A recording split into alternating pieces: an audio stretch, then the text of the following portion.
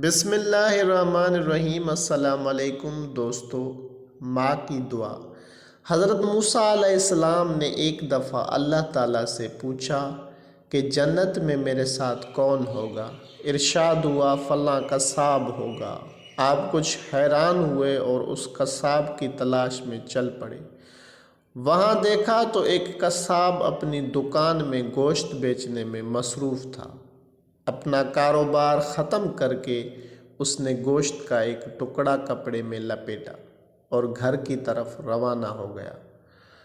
حضرت موسیٰ علیہ السلام نے اس قصائی کے گھر کے بارے میں مزید کچھ جاننے کے لیے بطور مہمان گھر چلنے کی اجازت چاہی۔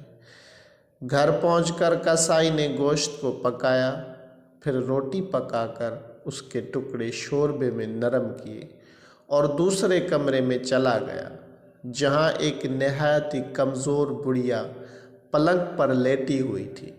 قصاب نے بمشکل اسے سہارا دے کر اٹھایا اور ایک ایک لقمہ اس کے منہ میں دیتا رہا۔ جب اس نے کھانا تمام کیا تو بڑھیا کا منہ صاف کیا۔ بڑھیا نے قصاب کے کان میں کچھ کہا، جسے سن کر قصائی مسکرایا اور بڑھیا کو واپس لیٹا کر باہر آ گیا۔ آپ نے قصاب سے پوچھا، یہ عورت کون ہے؟